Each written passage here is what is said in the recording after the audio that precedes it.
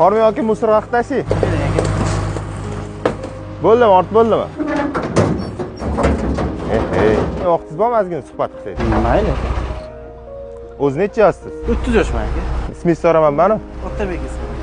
Qiyinmi ish qanaqa? Endi mas'uliyati bor, qiyiqroq. Odamlarni belgilangan joyga tashlamaydi musulmon, har xil joyga tashlab ketadi. Ko'chaga, ariqlarga tashlab ketadi. Shu narsalarni belgilangan joyga tashlasa ancha bir o'zimizga yaxshi bo'lardi-da.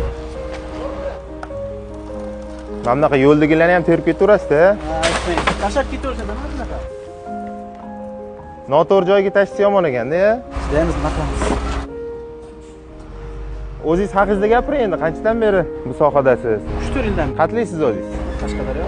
Oila qurgansiz? Ha, o'zim bor. Farzandlar bormi? Bor, 2 ta farzandim bor. Ko'pchilik o'zi musirchi deb aytishadi, noto'g'ri deb hisoblayman. Ko'pchilik shunaqa. Hamma bir xil deya olmayman, lekin shunday hisoblaydiganlar ham bor. Tanlashim planlar qanaqa endi? Ko'ramiz sekin-sekin, niyatlanib bitta-bitta. Niyatlanib. Bering. Bu yerda yashaydigan joyingiz qayerda? Hayotingizdan mamnunmisiz?